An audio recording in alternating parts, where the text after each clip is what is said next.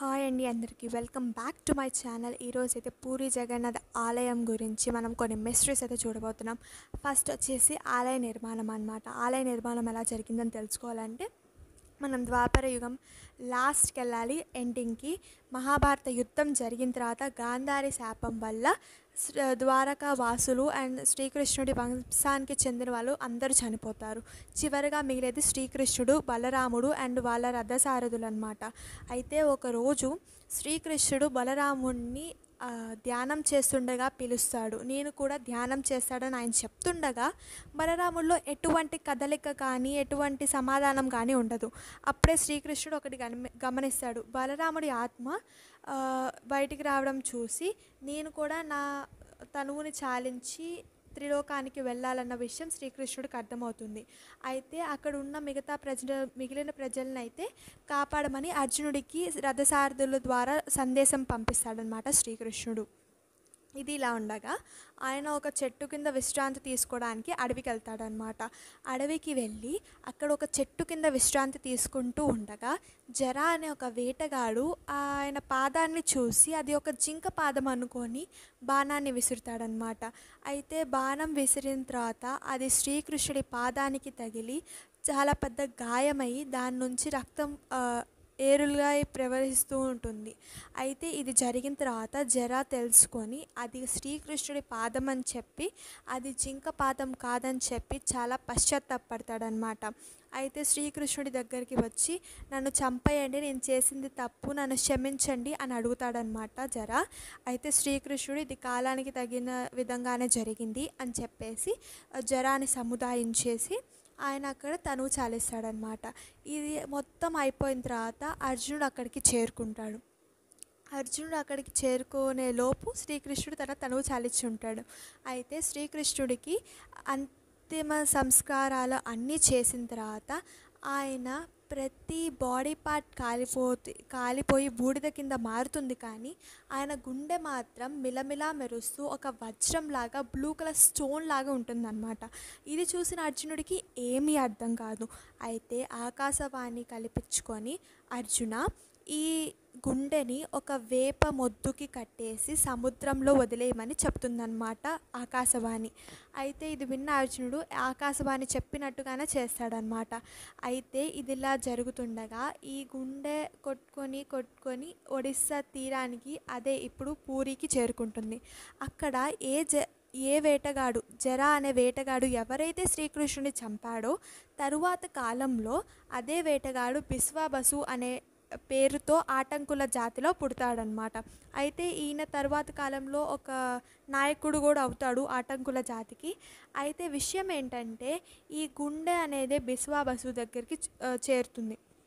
అంటే బిస్వాబసు ఈ గుండెను చూసి అది ఏదో మహత్తరమైన దేవుడికి సంపాదించింది అని చెప్పి తీసుకొచ్చి పూజిస్తూ ఉంటాడు. అయితే ఈ విషయం ఆ నోటా ఈ నోటా పాకి ఆ దేశపు రాజు అయిన ఇంద్రజిమ్ముడి దగ్గరికి వెళ్తుందన్నమాట. ఈ విషయం విన్న రాజు ఈ గుండె ట్రైబల్స్ అదే ఆటంకుల దగ్గర ఎందుకు ఉండడం, నా దగ్గర ఉంటే ఇంకా సురక్షితంగా అండ్ మంచిగా పూజలు చేయొచ్చు కదా అని చెప్పేసి ఒక మనిషిని, అంటే ఈయన పేరు వచ్చేసి విద్యాపతి అనమాట, ఈయనని అక్కడికి వెళ్ళి ఆ గుండె గురించి తెలుసుకొని రమ్మంటాడు. ఈ కాలంలోనే ఆయన బిస్వాబస్ కూతురుతో ప్రేమతో పడతారనమాట. సో వాళ్ళిద్దరికి పెళ్ళి కూడా జరుగుతుంది. అయితే విద్యాపతి కోరిక మేరకు బిస్వాబసు ఆయనని గుండె చూపించడానికి తీసుకెళ్తానని చెప్తాడు. అయితే వీళ్ళు బలవంతం చేయగా తీసుకెళ్తానని చెప్పిన బిస్వాబసు ఒక కండిషన్ పెడతాడు. కళ్ళకు గంటలు కడతాను, అది మధ్యలో తీసేస్తే మళ్ళీ వెనక్కి తీసుకొస్తాను అని చెప్పంటే విద్యాపతి తెలివిగా ఇత్తనాలు మొత్తం దారిలో జల్లుకుంటూ వెళ్తే అవి మొక్కలు మొలుస్తాయి అనుకుంటాడు. తీరా అక్కడికి వెళ్ళిన తర్వాత గుండెని చూసి ఆశ్చర్యపోతాడనమాట. అయితే విషయం రాజుగారికి వెంటనే చెప్పాలని చెప్పి అక్కడికి వెళ్తే రాజుగారికి చెప్తాడు, నేను ఇలా గుండెని చూశాను, అది చాలా అద్భుతంగా ఉందని చెప్తే రాజుగారు వెంటనే ఉత్సాహంగా బయలుదేరి వస్తారనమాట. అయితే రాజుగారు వచ్చిన తర్వాత ఏమవుతుందంటే అక్కడ బిస్వాబసుని అడిగి తీసుకెళ్ళగా అక్కడ గుండె ఉండదు. ఈయన చాలా నిరుత్సాహపడి నిరాహార దీక్ష చేయిస్తారనమాట. ఒకరోజు ఆయన పడుకొని ఉండగా శ్రీ మహావిష్ణువు కలలో కనిపించి నా కోసం ఒక గుడిని కట్టించు, దాంట్లో సముద్రంలో ఒక వేప మొద్దు ఉంటుంది, దాంతో నా విగ్రహాలు సుభద్ర విగ్రహం, బలరాముడి విగ్రహం చేయించు, ఆ గుండె ఆ గుడిలో ఆ విగ్రహాలని ప్రతిష్ఠించు, నా గుండె దానంతర అదే ఆ విగ్రహంలోకి చేరుతుంది అని చెప్తాడనమాట శ్రీ మహావిష్ణువు రాజుగారికి. అయితే అది ఎవ్వరూ కదిలించలేరనమాట. ఇది చూసిన రాజు మళ్ళీ నిరుత్సాహపడిపోయి చాలా బాధపడతాడు. నాకు వచ్చిన అవకాశం కూడా జరగలేదే అని చెప్పి బాధపడుతూ మళ్ళీ నిద్రపోతే ఆయనకి శ్రీ మహావిష్ణువు కనిపించి ఇది ఆటంకుల జాతి వాళ్ళకి చెప్తే ఖచ్చితంగా కదులుతుందని చెప్తాడనమాట. అయితే ఆటంకుల జాతి వాళ్ళని పిలిపించి కదిలిస్తే అది ఈజీగా వస్తుందన్నమాట. అయితే చాలామంది దాన్ని తీసుకొని ఆ గుడి దగ్గరికి అయితే వస్తారు. అయితే అక్కడ ఆ నెమ్ము దిమ్మెని, అదే నీళ్ళలో నానిపోయి ఉంది కదా, దాన్ని ఎవ్వరు కూడా అట్లీస్ట్ దానిలో మీద చిన్న ఘాటు కూడా పెట్టలేరన్నమాట. అయితే ఇది చూసిన రాజు మళ్ళీ బాధపడుతూ ఉంటాడు. అయితే అప్పుడే ఒక బ్రాహ్మణుడు వచ్చి, నేను దాన్ని శిల్పాలుగా చెక్కగలను, కాకపోతే ఆ దిమ్మెని నాకు ఇచ్చి 21 రోజు పాటలు అది నా దగ్గర ఉంచండి, నేను ఖచ్చితంగా దాన్ని బొమ్మలుగా మారుస్తానని అయితే ఆ బ్రాహ్మణుడు చెప్తాడు. అయితే ఇది అలా ఉండగా ఆల్మోస్ట్ 14 రోజులు అంటే 2 వారాలు గడిచిన తర్వాత రాజుకి భయం వేసిద్ది అనమాట, రాజు భార్యకి. అయితే ఇలా బ్రాహ్మణుడు చనిపోతే బ్రహ్మహత్యా పాతకం చుట్టుకుంటుందని రాజుకి చెబితే, రాజు అందరితో డిస్కస్ చేసి దీని గురించి ఆలోచిస్తే చాలామంది వద్దంటారు, కొంతమంది ఓకే అని అంటారు. అయితే చివరికి నిర్ణయం ఏంటంటే దాన్ని ఓపెన్ చేసేసి ఏదైతే అదేంది ఆ బ్రాహ్మణుడికి ఏమైందన్న విషయం చూడాలనుకుంటాడు. ఎందుకంటే ఇన్ని రోజుల నుంచి ఆ బ్రాహ్మణుడు ఎటువంటి ఫుడ్ కానీ నీళ్లు కానీ తీసుకోలేదు. ఇలా అయితే ఒక మనిషి బతకలేడు కదా. సో అందుకని వీళ్ళు వెళ్ళేసి ఆ డోర్ని అయితే పగలగొడతారనమాట. ఆ డోర్ని పగలగొట్టిన తర్వాత అక్కడ లోపలైతే వీళ్ళకి బ్రాహ్మణుడు అయితే కనిపించాడనమాట. సో బ్రాహ్మణుడు కనిపించకుండా అక్కడ ఓన్లీ సగం చెక్కిన బొమ్మలు కనిపిస్తాయి. అందుకనే ఇంకా ఇప్పుడు దాకా కూడా పూరిలో మనకి సగం చెక్కిన బొమ్మలు మాత్రమే ఉంటాయి. అయితే ఇప్పుడు ఆ బొమ్మల్ని ఆ గుడిలో ప్రతిష్ఠించారనమాట. సో ఇది ఇప్పుడు కూడా చాలామంది ఆ పూరి ఆలయంలో కృష్ణుడి గుండె ఉందని నమ్ముతారు. నెక్స్ట్ మిస్టరీ వచ్చేసి రథయాత్ర. ఈ రథయాత్ర ఏ సంవత్సరం ఎప్పుడు జరిగినా కూడా ఇక్కడ ఆ రథం కదిలినంత వరకు వర్షం పడుతూనే ఉంటుందన్నమాట. ఈ రథయాత్రని కృష్ణుడు వాళ్ళ ఇంటికి వెళ్తున్నప్పుడు చేస్తారనమాట.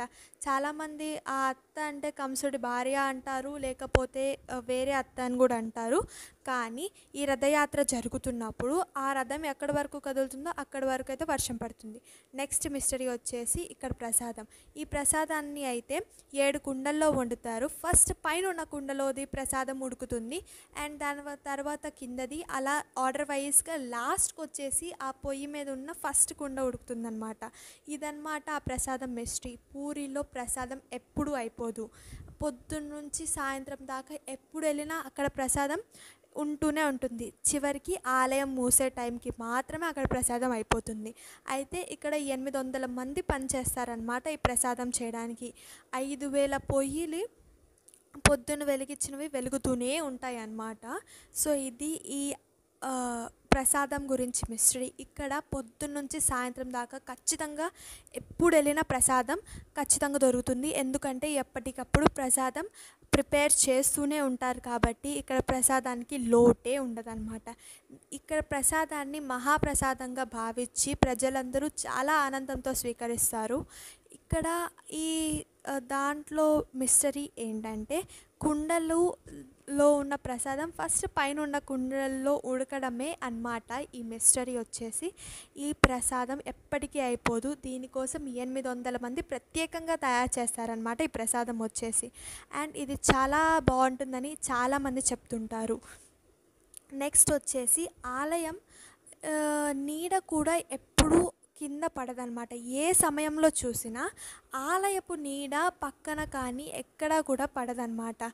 ఇదైతే ఒక మిస్టరీ అన్నమాట పూరిలో వచ్చేసి. నెక్స్ట్ వచ్చేసి మనకి పూరి ఆలయం మీద ఉన్న జెండా.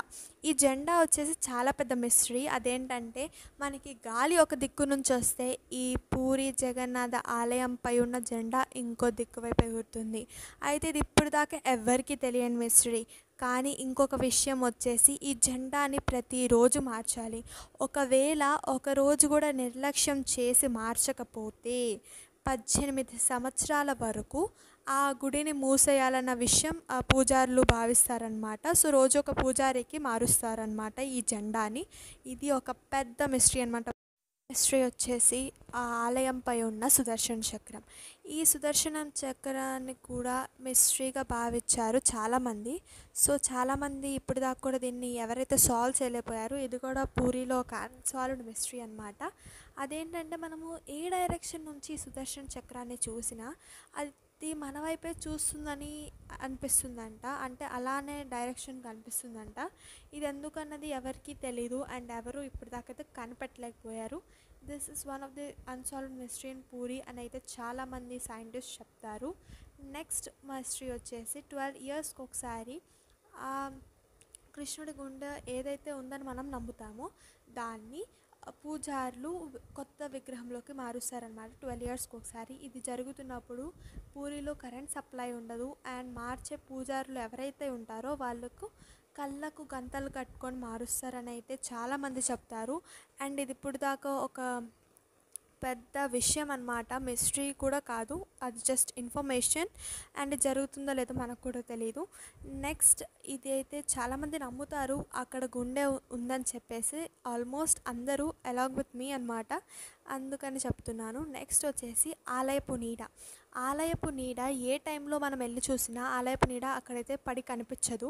అంటే ఆలయపు నీడ ఎక్కడా పడి కనిపించదు అనమాట. నెక్స్ట్ వచ్చేసి ప్రసాదం దేవుడికి తీసుకెళ్ళేటప్పుడు ఎటువంటి స్మెల్ ఉండదు, కానీ అమ్మడానికి పెట్టినప్పుడు మంచి స్మెల్ వస్తుంది. అండ్ ఈ ఆలయం అయితే సముద్రం పక్కన ఉంటుంది కదా, సో ఆలయం లోపలికి వెళ్ళిన తర్వాత ఎటువంటి సౌండ్ ఉండదు, కానీ బయటకు వచ్చిన తర్వాత విపరీతమైన సౌండ్ ఉంటుందనేది చాలామంది వెళ్ళిన వాళ్ళు చెప్తున్నారు. అండ్ దిస్ ఇస్ ఎక్స్పీరియన్స్ కదా. సో ఇదన్నమాట ఈరోజు వీడియో. ఈ వీడియో కనుక మీకు నచ్చితే ఖచ్చితంగా లైక్, షేర్ అండ్ సబ్స్క్రైబ్ చేయండి.